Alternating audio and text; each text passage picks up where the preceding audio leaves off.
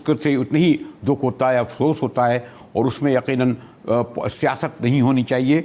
इसीलिए मैंने जहाँ मुंबई में सीनियर सहाफ़ी मुंबई मिरर की श्रुति गुम्पति को दावत दी है, और साथ ही साथ मैंने लंदन से अत्तर काज़मी को सीनियर जर्नलिस्ट BBC से वाबस्ता रहे इसलिए बुलाया है कि उन्होंने यानी बरतानिया से ये खबरें आ रही हैं कि एक ऐसी अब वो वैक्सीन तैयार करने में कामयाब होने जा रहे हैं जिससे इस मूजी बीमारी जो लाखों लोगों की जान ले चुकी है उससे निजात मिल सके।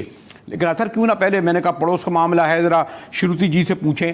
श्रुति जी, क्या सबब है कि शुरू में तो इंडिया से या भारत हम कह लें ख़बरें, हालांकि आबादी बहुत बड़ी 1 अरब से भी ऊपर, कम खबरें आ रही थी अमवात की भी मुतासर की, लेकिन अब इतनी तेज़ी से वहाँ बढ़ी हैं। कोई मैं देख रहा था गालिबन कोई 11 लाख से ज़्यादा मुतासरीन हो गए, अमवात भी कोई 25,000 28,000 हो गई।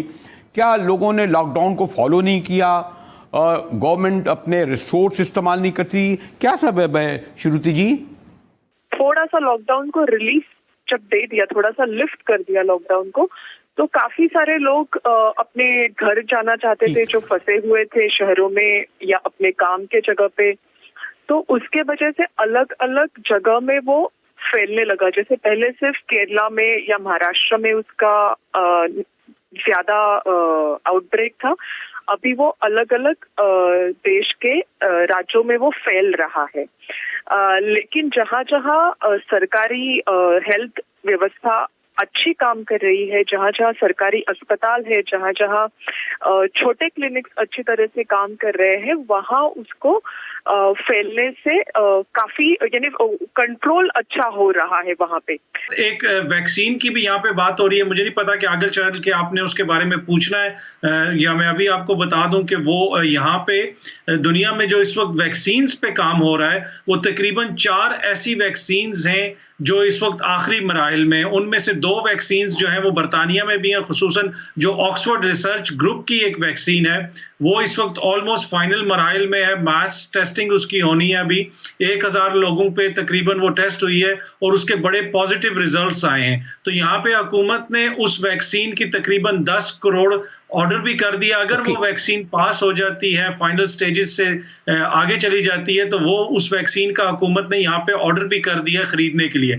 लेकिन अभी साइंटिस्ट यही कह रहे हैं कि इतनी जल्दी ये वैक्सीन नहीं आएगी, बहुत जल्दी भी आए तो अगले साल के शुरू में ये वैक्सीन मार्केट में अवेलेबल हो। श्रुति जी, एक तो ये अच्छी खबर है आपके यहाँ, तो माशाल्लाह हमारे यहाँ भी खैर कोई अरबपतियों की कमी नहीं है। अभी जो लिस्ट आई है मुशीरों वजीरों की, आपके यहाँ तो खैर उससे भी ज़्यादा खरबपति लोग मौजूद हैं।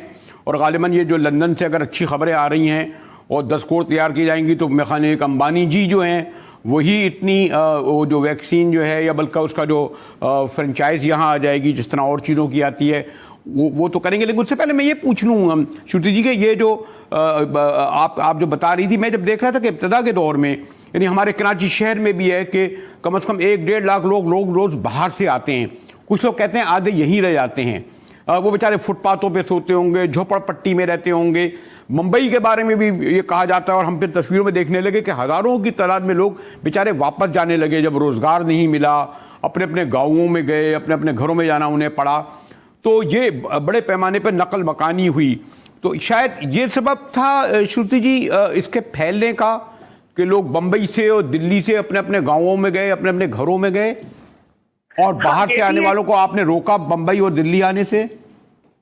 ये भी एक कारण था क्योंकि शुरू में सिर्फ लोग अलग अलग कंट्री से वापस आ रहे थे मुंबई, तो उनपे ध्यान रखा जा रहा था। एयरपोर्ट पे उनका चेकिंग हो रहा था, स्क्रीनिंग हो रहा था और उनको क्वारंटीन किया जा रहा था। लेकिन जो लोग बाहर निकल गए मुंबई से, ये रोजगार ना होने के वजह से या डर के वजह से, तो काफी सारे लोग हो सकता है कि वो कोरोना का फैलाव वहाँ उनके गाँव में हो गया या उनके जहाँ उनके स्टेट से, उनके घर के यहाँ वहाँ हो गया। ये तो पॉसिबिलिटी बिल्कुल ही है क्योंकि अभी मुंबई का अगर आप देखेंगे रेट है जो वो एक स्टेडी हो गया है। मुंबई में ना केसेस बढ़ रहे हैं ना कम हो रहे हैं। मुंबई का एक प्लेटो कह सकते हैं हम कि हम लोग हिट कर दिया और अच्छी तरह से कंट्रोल कर दिया है। तो जैसे पहले हॉस्पिटल की कमी होती थी, बेड्स की कमी होती थी मुंबई में, पेशेंट्स बढ़ रहे थे, तो अभी वो सिचुएशन नहीं रही। अभी वो सिचुएशन बदल गई है। अभी इजीली बेड्स मिल जाते हैं, लोगों को एडमिशन हो जाता है हॉस्पिटल में।